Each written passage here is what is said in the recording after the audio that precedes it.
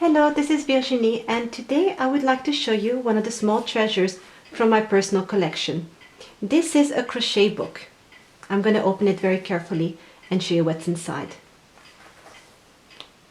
So when you open it, you see a kind of handmade book put together from shiny pink plasticky waxy canvas paper and a collection of small crochet samples.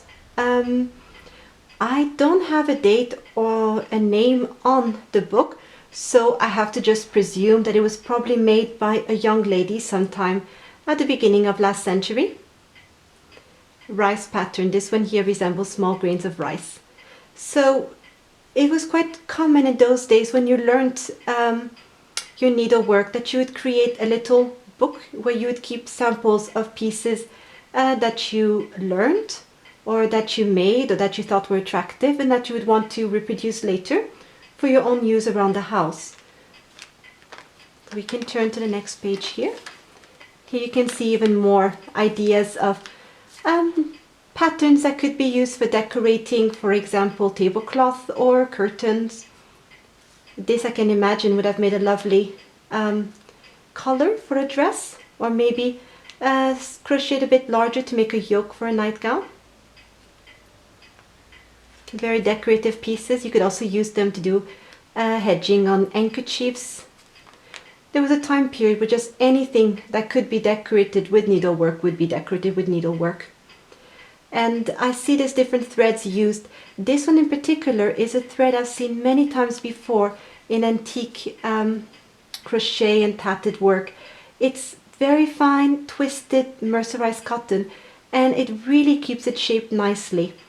I just do not seem to be able to find the same quality in our modern threads, which is a bit of a shame, as it would be a lot of fun to try out antique patterns with the same quality of threads. All of the pieces are held together with pins, which maybe was more practical, but it's a bit of a shame as they have gotten rusty and have damaged a bit the album and the crochet work. But because it's an antique, I will not be doing anything to fix it or wash them. It's fine. We'll just leave it as it is and enjoy it for its beauty. Different styles of filet crochet. I think this one here is just about lovely. Lots of details. Would have taken a long time and a lot of skills to work such delicate crochet pattern. Go to the next page. This one here is a bit special because it has knitting, little knitting samples, stitches 30, stitches 28. Maybe stitches she wanted to remember or that she was still working on and hadn't memorized. One day I do need to take the time to very carefully write it out and test it myself and see if it works.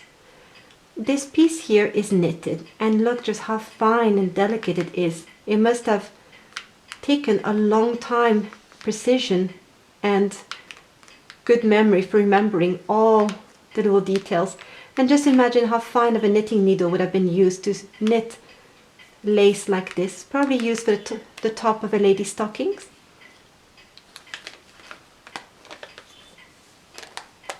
Here are more samples of bands and decorative borders, a bit more knitting.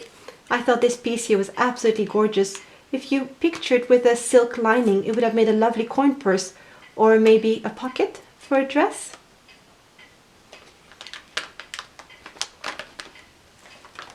Come to the last page. This piece here is a bit thicker thread, so maybe it would have been used for a bedspread. Some more lovely borders. This could have been used to decorate a tablecloth, maybe. Inserts. This could have been an insert for a pillowcase or cushion. And here is some very small bands with crochet lace added to it. Believe it or not, even petticoats which nobody saw were heavily decorated with lace and embroidery. This is the last page, and as you can see here, it looks like This was actually recycled. Those are sewn by hand onto some kind of a thicker band and put together with a string in what would have been maybe an old office binder or folder, I don't know. It looks like the person who made it had recycled things they had maybe around the house and put a canvas cover on the album. And I don't think you can see it on the camera, but there's a very faint pencil drawing in the back here of flowers. They look a little bit like primulas or small roses. So I can just assume that probably the person who designed the album had thought about making an embroidered cover and maybe never got around to it. So this is a little view of an antique crochet sample book, and maybe it gives you an idea of something you can do yourself with your lace practice or crochet practice. Put it together in a book and use it as a reference, or also just as a little reminder of things you practiced and techniques you've learned. But like I always say, whatever you do, make sure to put your name, your date, your age, and the location you made it, as I think it's always a shame when I find antiques and I have no idea who made it. So just a good reminder to whatever you do, always put the date on it or your name. You can embroider it or even just slip a piece of paper someplace so that future generation will know who made it, and maybe a little explanation about yourself too. I think these are always amazing when I can track down who it was.